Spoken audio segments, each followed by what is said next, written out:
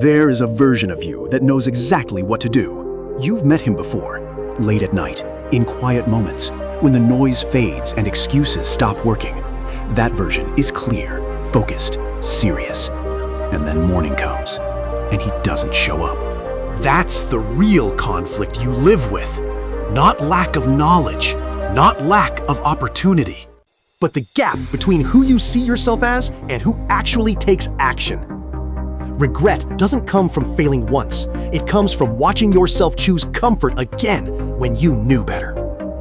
Untapped potential is painful because it's personal. You can't blame anyone for it. You felt it, you sensed it, and you walked away anyway. That's where the internal conflict begins.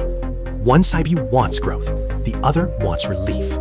And relief keeps winning. But the gap between who you see yourself as and who actually takes action. Regret doesn't come from failing once. It comes from watching yourself choose comfort again when you knew better. Untapped potential is painful because it's personal. You can't blame anyone for it. You felt it, you sensed it, and you walked away anyway. That's where the internal conflict begins. One side of you wants growth, the other wants relief. And relief keeps winning. And that's exhausting. The fear is not hard work. The fear is consistency. Because consistency removes escape routes. If you show up once, you can still quit. If you show up every day, quitting becomes personal. Consistency forces you to face yourself. That's why the version of you that never shows up always has a reason. I'll start tomorrow. I'm not in the right mindset.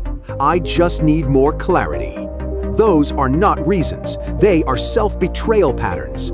Small ones, repeated daily. You don't betray yourself loudly. You do it quietly, by lowering standards just enough to feel justified. And every time you do, that strong version of you learns a dangerous lesson, that he's optional. But here's the truth most people avoid. You don't need more motivation. You need fewer betrayals. You don't need to feel ready. You need to stop giving yourself exits. The version of you that never shows up is not lazy. He's protected.